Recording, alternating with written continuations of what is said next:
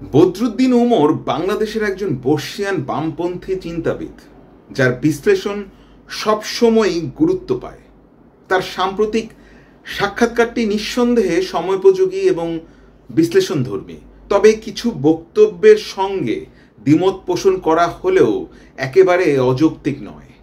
প্রথমত তিনি বলেছেন, আগস্টের গণ অভ্যুত্থান কোনো শ্রেণী সংগ্রাম নয়, কিন্তু এই অভ্যুত্থানই তো দেখিয়েছে ছাত্ররা আর চুপ করে থাকতে রাজি নয়। চাকরিতে কোটা নয়, এটি ছিল রাষ্ট্রীয় বৈষম্য, স্বজনপ্রীতি এবং ফ্যাসিবাদী শাসনের বিরুদ্ধে এক বিশাল প্রতিবাদ। হয়তো একে ক্লাসিক্যাল শ্রেণী আন্দোলন বলা যাবে না, কিন্তু এটি নিঃসন্দেহে জনগণের গণ অসন্তোষের বহিঃপ্রকাশ। শ্রেণী চেতনা সময়ের সঙ্গে তৈরি হয়, এটা মুহূর্তে জন্ম নেয় না।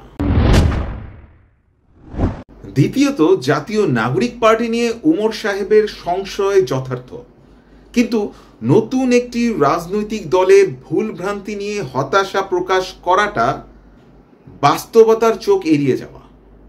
নতুন নেতৃত্ব মানেই নতুন প্রশ্ন, নতুন পথ।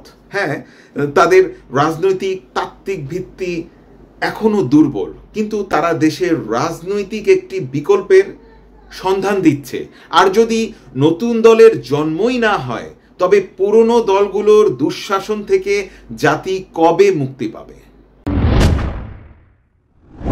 তৃতীয়ত, অন্তর্বর্তী সরকার প্রসঙ্গে তার বক্তব্য কিছুটা দ্ব্যর্থপূর্ণ। তিনি বলেন, ছাত্ররাই এই সরকারকে ধরে এনে বসিয়েছে। আবার এটিও বলেন, তারা ভালোভাবে দেশ চালাচ্ছে। কিন্তু প্রশ্ন হলো, যে সরকার নির্বাচিত নয়, তার দীর্ঘস্থায়িত্ব কি জনগণের জন্য সত্যি কাম্য? এই সরকারকে যদি প্রশংসা করা হয়, তবে তার নির্ধারিত মেয়াদেও গণতন্ত্রের স্বার্থে সীমা টানতে হবে।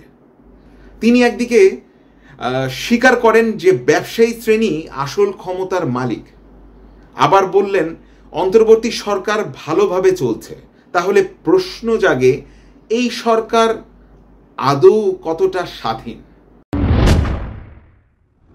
সবশেষে বদরুদ্দিন উমর সাহেব বললেন, এই বছরেই নির্বাচন হওয়া উচিত। এটি একটি গুরুত্বপূর্ণ বক্তব্য, কারণ অন্তর্বর্তী সরকারের প্রধান দায়িত্ব হলো নির্বাচন আয়োজন করা। তবে একই সঙ্গে এটাও সত্য, যদি এই সরকারের সততা থাকে, পাশাপাশি আবার রাষ্ট্রযন্ত্রে যদি দুর্বলতা ও অকার্যকারিতাও থাকে, তবে সেই দুর্বলতা চিহ্নিত করে তা দূর করার সাহসিকতাও হবে সরকারের নৈতিকতার প্রমাণ। নির্বাচনের আগে এমন কিছু কাঠামোগত সংস্কার, যা একটা অবাধ, সুষ্ঠু ও অংশগ্রহণমূলক নির্বাচন নিশ্চিত করতে সহায়ক হয়, তা এড়িয়ে যাওয়া দেশের ভবিষ্যতের জন্য আত্মঘাতী হতে পারে। তাই এতে যদি নির্বাচন কিছুটা বিলম্বিতও হয়, তা মেনে নেওয়া কি যায় না? শেষ কথা, নতুন প্রজন্ম পথ খুঁজছে, প্রশ্ন তুলছে, ভুল করবে, শেখার সুযোগও চাইবে। তবে তাৎক্ষণিক পরিপক্কতা আশা করে তাদের উদ্যমকে খাটো করে দেখা উচিত নয়। পরিবর্তন আসে ধাপে ধাপে, আর প্রতিটি ধাপই কিন্তু ইতিহাস গড়ে। তাই সমালোচনা হোক গঠনমূলক, হতাশা নয়, কারণ ইতিহাস তরুণদের হাত ধরেই পাল্টায়।